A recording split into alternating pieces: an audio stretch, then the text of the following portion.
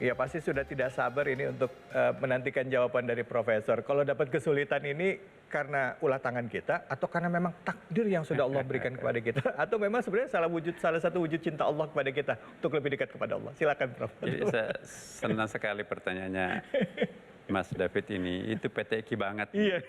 Ini para pemirsa, ini kandidat dokter di PT Eki. Amin ya Allah, amin. Cirinya ya Allah. PT Eki itu analisisnya sangat tajam terhadap teks ayat-ayat, dan insya Allah mudah-mudahan cepat selesai. Amin insya Allah. Jadi betul, apakah musibah itu sebetulnya? Ya, apakah itu adalah pencuci dosa masa lampau? Jawabannya iya pasti, ada hadisnya kan? Iya. Ya. Apakah musibah seperti penyakit dan seterusnya itu ulah tangan kita sendiri? Jawabannya juga boleh jadi iya, kan ada juga ayatnya kan, dhaharal fasadu fil barri wal bahr bima kasabat aydin nas. Ya kan, telah muncul kerusakan di atas daratan ini dan di lautan itu karena ulah manusia itu sendiri. Jadi ulah manusia sendiri juga kan. Wa ma dzalamuhumullahu walakin anfusahum yadzlimun. Jadi Allah tidak pernah mendalimi hambanya, kita yang mendalimi diri sendiri dengan melakukan dosa, ya kan? Nah, pertanyaan yang ketiganya juga ya, solusinya seperti apa itu saya kira juga penting untuk kita sampaikan. Solusinya adalah beriman. Kalau orang itu beriman, rasa penderitaan itu tidak akan muncul. Kalau orang itu menjalani hidupnya dengan ikhlas, bisa terbalik. Ya Allah, aku mensyukuri penderitaan ini. Ya, contoh yang paling ekstrim nih. Kan contoh yang paling bagus adalah contoh ekstrim kan. Anak sematawayang saya yang Kau berikan kepada aku meninggal saat-saat lucu-lucunya, ya Allah. Ini pasti musibah buat saya. Tapi saya mengambil hikmahnya. Dulu saya nggak pernah sholat. Dulu aku berjarak dengan Engkau. Bahkan dulu ya semua dosa-dosa, semua durhaka yang saya lakukan itu tidak ada yang ngerem. Tapi semenjak Engkau menjemput anakku, maka sekarang aku berubah. Memang aku kehilangan seorang anak satu-satunya, tapi aku menemukan Engkau. Maka kepergian anakku sepertinya memberikan suatu kesempatan yang sangat baik buat saya untuk memperbaiki diri saya, memperbaiki masa lampau saya. Itu kan sengsara membawa nikmat sebetulnya, ya kan. Jadi kita jangan salah paham terhadap musibah, ya, penderitaan, kekecewaan yang kita alami. Sebab mungkin hari ini musibah, tetapi keesokan harinya muncul hikmahnya. Untung aku nggak sejoro dengan itu. Ya, Allah melindungi aku. Ya, ternyata istrinya sekarang ini pulang ke rumah orang tuanya babak belur KDRT. Mersinya itu mersi pinjaman. Utangnya ada di mana-mana ternyata, ya kan. Jadi hati-hati, jangan terkecoh penampilan fisik, penampilan sementara. Boleh jadi itu rekayasa. Nah, kalau kita sudah berdoa kepada Allah tidak dikabulkan oleh Allah, boleh jadi Allah itu mengartikan begini. Penolakan doa kita itu berarti penerimaan. Hai, aku enggak kabulkan doamu. Engkau yang aku minta naik ke atas, lihat etalase langit. Begitu naik ke langit, etalase yang dipamerkan Tuhan di langit itu.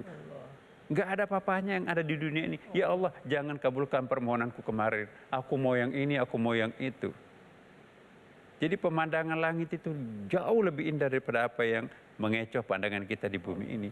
Jadi hati-hati Bapak Ibu. Jangan salah paham kalau Tuhan menolak doa kita. Boleh jadi Tuhan itu mencintai kita sehingga tidak terpenuhi. Apalagi doa kita kan selama ini para pemirsa lebih banyak didikte oleh hawa nafsu kan. Iya, betul. Berjangka pendek semua doa kita kan. Iya. Minta rumah, minta jabatan, minta sehat, minta jodoh, minta ya hanya dinikmati pada masa sehat, ya kan. Pernah nggak kita berdoa, ya Allah tambahkanlah rasa cintaku terhadapmu. Ya Allah permanenkanlah kecintaanku terhadap Rasulullah. Ya, jarang tuh kita berdoa seperti ini. Semuanya doa kita itu materialistik karena di kepala kita ini ya materi, uang, rezeki itu. Nah, saya ingin kembali lagi topik kita ya, bahwa musibah, penderitaan, kekecewaan itu jangan dianggap itu sebagai suatu kutukan ya, atau suatu penghukuman terhadap Allah. Allah Subhanahu wa taala tahu siapa hambanya. Allah tahu apakah orang ini bermanfaat kalau dikabulkan doanya. Ya, seorang ibu cuci piring anaknya merangkak-rangkak di situ, minta pisau tajam, pisau mengkilap itu kan. Nangis sejadi-jadinya anak itu minta pisau itu. Ibu itu tetap nyanyi sambil cuci piring. Apakah ibunya nggak sayang sama anaknya? Sayang, sangat sayang. Coba kalau pisau tajam itu dikasih anaknya, ambil nak.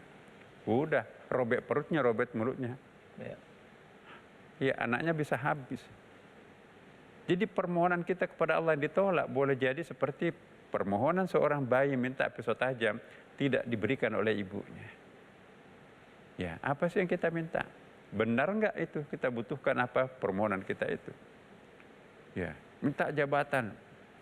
Kok ditolak? Orang lain malah naik. Gak lama, Masya Allah, ditangkap. Masya Allah, ya Allah, kalau saya jadi di situ, berarti saya akan masuk di penjara. Ini caranya Tuhan melindungi aku. Alhamdulillah. Jadi Bapak Ibu para pemirsa, kalau kita sudah berusaha sedemikian rupa, lalu kita bertawakal kepada Allah, lalu ditutup, ya Allah berikan yang terbaik bagiku dan bagimu, maka Allah akan mencintai hamba yang bersangkutan. Jangan lagi cemberut, jangan lagi menyesali nasibnya, jangan lagi menyalahkan Tuhan. Insya Allah tinggal menunggu waktu. Oh, ini ada hikmahnya. Kalau nggak dapat hikmahnya di dunia, di akhirat nanti, Alhamdulillah ya Allah, untung Engkau tidak memenuhi permintaanku yang materialistik itu. Aku rasakan manfaatnya sekarang ini. Di kuburan dia mendapatkan kenikmatan, di akhirat nanti juga dia mendapatkan surga. Jadi para pemirsa, sekali lagi, jangan kita berpikiran jangka pendek dan jangan berpikiran picik mendefinisikan arti kehidupan. Kehidupan ini bukan hanya sampai kematian kita. Kehidupan sesudah mati itu kan ada, eskatologisnya kan seperti itu. Kehidupan abadi kita itu bukan di sini, di akhirat. Nah, dunia ini tempat kita menanam. Siapa yang menanam benih surga dapat panen surga. Siapa yang menanam benih neraka pasti juga akan panen neraka. Enggak mungkin panen surga, panen neraka di sana. Bibit surga di sini, panen neraka di sana, enggak mungkin. Allah Maha Adil. Kalau kita menanam benih-benih surga pasti dapat surga. Amin. Tapi kalau kita menanam benih-benih neraka, ya neraka yang kita panen di situ. Nah, sisa umur yang Allah pinjamkan kepada kita ini, mari kita berbanyak menanam bibit-bibit surga supaya keabadian surga, kenikmatan itu nanti bersama kita. Saya kira cukup ya. Semoga ada manfaatnya untuk kita semuanya. Wassalamualaikum warahmatullahi wabarakatuh. Waalaikumsalam warahmatullahi wabarakatuh. Alhamdulillah, terima kasih banyak Prof. Syukron atas ilmunya Prof. Prof, ini ada, setelah tadi Prof menjelaskan, jadi ada pertanyaannya Prof. Kira-kira kalau ada cara misalnya, caranya itu seperti apa Prof? Pada saat ada kesulitan kita bersyukur gitu ya. Kalau tadi kan secara alam pikiran, alam pikiran kita adalah kita berhusnuzon pada Allah. Tapi kalau ada cara nggak, ada ritual? Resep praktisnya kalau saya sering sampaikan kepada teman-teman ya kan, itu kan masalah ya. Selesaikanlah persoalannya di atas sajadah. Di atas sajadah. Sajadah itu kapling kecil surga datang lebih awal menjemput kekasihnya. Allah. Barang siapa menyelesaikan persoalannya di atas sajadah, ada ayatnya kan, wa takunul jibalu kal'ihnil manfus, maka jadilah beban yang menggunung di pundak itu berterbangan bagaikan kapas. Jadi kita jangan menyelesaikan sendiri persoalan, serahkan yang Maha Kuasa. Bismillahirrahmanirrahim. Wala haula wala quwwata illa billah. Masya Allah. Cobalah. Ya Allah, kembali lagi kepada Allah di atas sajadah kita memasrahkan. Ada satu ayat Prof yang mengatakan jika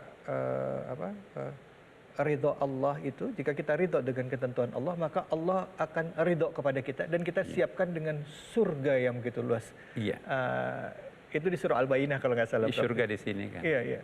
Jadi mari kita menciptakan surga dalam hati, maka neraka kita itu akan pergi. Allah. Jangan kita mengundang neraka dalam batin kita. Neraka itu datang tuh. Memang dari dulu dia tunggu-tunggu pintu masuknya di mana. Jadi kalau orang ikhlas itu menutup pintu nerakanya sendiri. Orang ikhlas itu nggak pernah menggerutu kecapean. Orang ikhlas itu nggak pernah marah. Orang ikhlas itu nggak pernah kecewa. Orang ikhlas itu nggak pernah salah paham terhadap Tuhannya. Orang ikhlas itu akan nyaman menjalani kehidupannya. lewat semua pandangan-pandangan, opini-opini macam-macam itu. Allah. Keikhlasan itu adalah kehidupan sejati. Ya Allah. Ya, di mana ada keikhlasan, di situ pasti ada keajaiban. Nggak mungkin ada keajaiban hidup tanpa keikhlasan. Maka itu ikhlaslah menjalani kehidupan. Surga datang lebih awal sebelum waktunya. Allahu Akbar. Ikhlaslah jalani kehidupan, maka surga akan datang lebih awal dalam kehidupanmu. Masya Allah. Di dunia saja sudah merasakan surga. Surganya itu damai dalam hati ya, Prof ya. Dengan menjalani ketentuan Allah. Prof, terima kasih banyak atas ilmunya hari ini. Banyak hal-hal yang kita alami dalam kehidupan sehari-hari. Sebagai manusia tentu kita berharap mendapatkan kebahagiaan di dunia dan di akhirat. Tapi ternyata kebahagiaan itu tidak melulu mengikuti apa yang kita mau. Ternyata mengikuti kehendak Allah pun dengan perasaan ikhlas dan ridho terhadap ketentuannya pun bisa menjadi bahagia. Nanti kita akan lanjut lagi bahasan kita bersama dengan guru kita, Dr. Ali Nurdin. Tentunya hanya di sini, di Kasana Islam bersama dengan Imam Besar Masjid Istiqlal, Profesor Dr. Nasaruddin Umar. Terima kasih banyak, Prof. Terima kasih.